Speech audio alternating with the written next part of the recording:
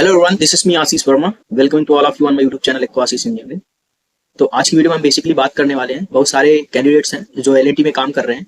तो बेसिकली वो पूछ रहे थे कि सर हम लोग एल&टी में काम कर रहे हैं, हमने एज अ जीईटी ज्वाइन किया था एंड अभी हमारा सीनियर इंजीनियर हो गया है। और जो आप जैसे आपने एल&टी के थ्रू बीआईएस प्रोग्राम को परस्यू किया है, आपने अपने आईआईटी दिल्ली से अपना मास्टर्स कंप्लीट किया है कंस्ट्रक्शन टेक्नोलॉजी एंड मैनेजमेंट में, तो हम भी करना चाहते हैं। तो इस प्रोग्राम को as a internal candidate pursue करने के लिए कब अपॉर्चुनिटी मिलती है, जैसे कि एक्सटर्नल कैंडिडेट को 7 सेमेस्टर के बाद मिलती है, तो हम लोगों को कैसे मिलती है, तो इस वीडियो में आज पूरी इन्फॉर्मेशन मैं दूंगा।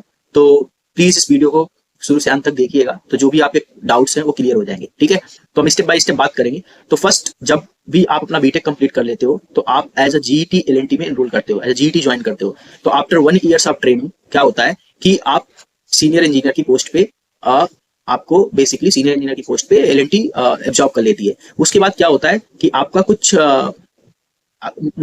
नॉर्मली क्या होता है, आप जुलाई के मंथ में आपकी ज्वाइनिंग होती है। जुलाई के मंथ के बाद की ज्वाइनिंग के बाद आपका कुछ नेक्स्ट ईयर की जुलाई में कंफर्मेशन होता है जब आप सीनियर इंजीनियर बन जाते हो। ठीक है, सीनियर इंजीनियर बनने के बाद फिर आप continue as a senior engineer की तरह काम करते रहते हो। फिर क्या होता है, ईयरली अगर आप एल&टी की वेबसाइट पर जाके देखेंगे, उसके कैरियर पोर्टल में एल&टी बीआईएस का जो फॉर्म दिया हुआ है, वहां पे yearly around in the month of Feb से मार्च के बीच में बेसिकली क्या होता है कि फॉर्म आता है।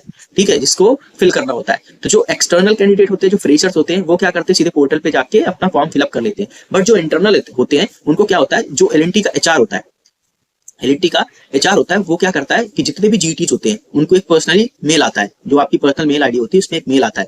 तो उसमें मेल में क्या होता है, उसमें लिखा होता है कि आप अगर इच्छुक हैं इस एल&टी बीआईएस प्रोग्राम को परस्यू करने के लिए, सिंस आप जीईटी थे, आप सीनियर इंजीनियर बने हैं, तो उसके बाद क्या है, हम आपको एक अपॉर्चुनिटी देते हैं कि आप अपना मास्टर परस्यू कर सकते हैं इंडिया के टॉप लीडिंग ऑर्गेनाइजेशन से, जिसमें 4 ऑर्गेनाइजेशन आते हैं। एक तो हो गया आपका आईआईटी दिल्ली हो गया, एक आपका मद्रास हो गया, और अगर एनआईटी की बात करें तो एनआईटी में आपका एक तो आता है, एक आपका त्रिची आता है, और एक आपका आता है सूरतगढ़। ठीक है, तो इन टू एनआईटी और टॉप आईआईटी टू आईआईटी से करवाते हैं। तो इसमें बेसिकली क्या होता है, अगर आप इच्छुक हैं तो आप उस मेल में जो भी आ रहता है उसमें एक लिंक दिया रहता है जिसके थ्रू आप अपना फॉर्म अप्लाई कर सकते हैं। अगर आप फॉर्म अप्लाई करेंगे तो फॉर्म अप्लाई करने में क्या होता है, आपको एक रिज्यूमे बनानी होती है, उस रिज्यूमे को आप अपलोड करेंगे। उसके बेसिस पे क्या होता है, मोस्टली जितने बच्चे अप्लाई करते हैं उनको उनका कैंडिडेचर जो होता है वो एक्सेप्ट कर लिया जाता है एल&टी के द्वारा फॉर बीआईएस प्रोग्राम। मतलब उसके लिए क्या होगा, आपको बेसिकली सेम प्रोसीजर होगा, आपको एप्टीट्यूड देने का एंड जो भी प्रोसेस है एल&टी बीआईएस के हायरिंग का, वो देने का मौका मिल जाता है एक्सटर्नल कैंडिडेट की तरह। अब इसमें क्या होता है, the difference between the internal candidate and external candidates are,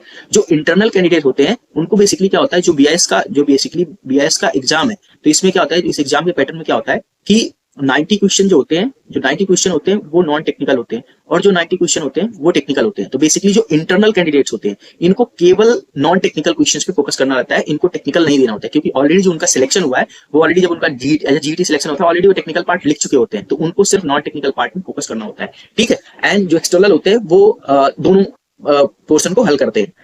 ठीक है, तो इस प्रकार से आपको एग्जाम देना रहता है। एंड अगर ये एग्जाम सपोज ये नॉन टेक्निकल वाला जो एप्टीट्यूड राउंड होता है वो क्लियर हो गया, तो उसके बाद क्या होता है, आपका बेसिकली एक इंटरव्यू राउंड होता है। इंटरव्यू में जिसका टेक्निकल में बहुत सारे बच्चे टेक्निकल देते हैं, हालांकि सबका इंटरव्यू नहीं होता है, जिसका एग्जाम निकला होता है उसके लिए पर्सनली मेल आता है, जैसे सबके लिए मेल जाता है ऐसा सेम एक्सटर्नल के लिए आता है, जिसका निकलता है एप्टीट्यूड राउंड। ठीक है, उसके लिए इंटरव्यू राउंड के लिए चांस मिलता है, उसका इंटरव्यू कॉल आता है। अगेन इंटरव्यू देने के बाद आप ऐसा मत सोचो कि आपका जो सिलेक्शन है वो कंफर्म हो गया, अभी भी आपका सिलेक्शन कंफर्म नहीं हुआ है। इंटरव्यू होने के बाद उन बच्चों का जिनका एप्टीट्यूड में भी प्लस इंटरव्यू में भी मार्क्स अच्छे होते हैं, उनके बेसिस पे मेरिट लिस्ट बनाती है एल&टी की जो कॉर्पोरेट एचआर टीम है वो मेरिट लिस्ट बनाती है, और आईआईटीज भी कंसल्ट करती है। उसके बाद क्या होता है, फिर उनको इंटरव्यू होने के बाद अगर उनका सिलेक्शन होता है तो उनको कॉलेज अलॉटमेंट के लिए एक मेल आता है। तो जिन जिन बच्चों को कॉलेज अलॉटमेंट के लिए मेल आता है उन्हीं लोगों का फाइनली कंफर्मेशन होता है। फिर कॉलेज अलॉटमेंट में क्या होता है कि आप बोलोगे कि सर मुझे आईआईटी दिल्ली लेना है, मुझे आईआईटी मद्रास लेना है, या मुझे या अगर आप साउदर्न पार्ट के हैं तो मे बी आप प्रेफर करोगे कि आईआईटी तिरछी मिल जाए, सूरतगढ़ मिल जाए। तो उसमें क्या होता है, अगेन द प्रेफरेंस मैटर। जब आप क्या होता है, जब आप फॉर्म फिल करते हैं, बेसिकली फॉर्म फिलअप के समय क्या होता है, बेसिकली क्या होता है इस समय क्या होता है कि जब आप फॉर्म फिल करते हैं तो उसमें आपको चॉइसेस फिल करनी पड़ती हैं। जैसे कि आप अगर आईआईटी वगैरह की होंगे तो उस समय आपको चॉइसेस फिल करनी होती है। तो उसमें आप मेक श्योर करिए, अगर आप आईआईटी प्रेफर करते हैं, अगर आप नॉर्थ से बिलोंग करते हैं तो पहले आप आईआईटी डी का नाम डालिए, फिर अगर मद्रास है मद्रास डालिए, फिर आप तिरुचि जा सकते हैं, फिर सूरतगढ़। अगर आप साउदर्न पोर्शन से आप तो आप पहले मद्रास ले सकते हैं, देन अगर आपको उधर नॉर्थ में नहीं जाना है तो then you can choose Tiruchi and Suratgarh.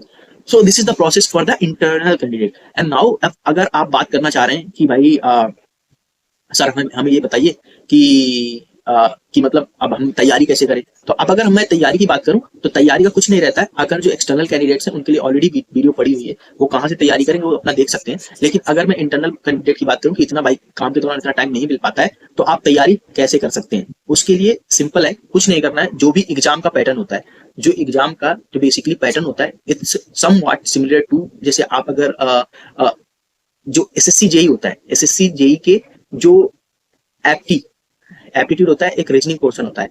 इस पोर्शन को अगर आपका तैयार हो गया, या एसबीआई प्रीलिम्स लेवल का जो एप्टी और रीजनिंग पोर्शन होता है, एंड जो इंग्लिश पोर्शन होता है, ये 3 पार्ट अगर आप मीन टाइम एक घंटा देके वन आवर देके एवरीडे अगर प्रिपेयर कर रहे हैं, तो कहीं ना कहीं ये सफिशियंट होता है कि आप एग्जाम को क्लियर कर जाएंगे। ऑलराइट, आप एप्टीट्यूड राउंड को क्लियर कर जाएंगे। एंड देन फाइनली क्या होता है, इंटरव्यू। तो यार इंटरव्यू की बेसिकली बात करें तो इंटरव्यू में ऐसा कुछ खास नहीं पूछते हैं। अगर एंड अगेन दैट डिपेंड्स कि वो पैनलिस्ट कैसे हैं। बेसिकली पैनलिस्ट कैसे होते हैं, जो पैनलिस्ट होते हैं उसमें क्या होता है, उसमें क्या होता है कि 3 लोग होंगे। एक तो आपका एचआर होगा, ठीक है। एक क्या होगा, किसी भी आईसी का हेड कारपोरेट मैनेजर होगा, या मतलब कोई टेक्निकल पर्सन होगा, कुछ भी हो सकता है। एंड उसमें एक पर्सन जो होगा वो किसी भी आईआईटी से हो गया या एनआईटी से हो गया, उसका प्रोफेसर रहता है। तो ये 3 लोग होते हैं जो आपका इंटरव्यू बेसिकली लेते हैं। तो इसमें क्या होता है कि मोस्ट ऑफ द केसेस में क्या होता है कि पहले क्या करता है, एचआर बेसिक इंट्रोडक्शन दे देता है कैंडिडेट के बारे में।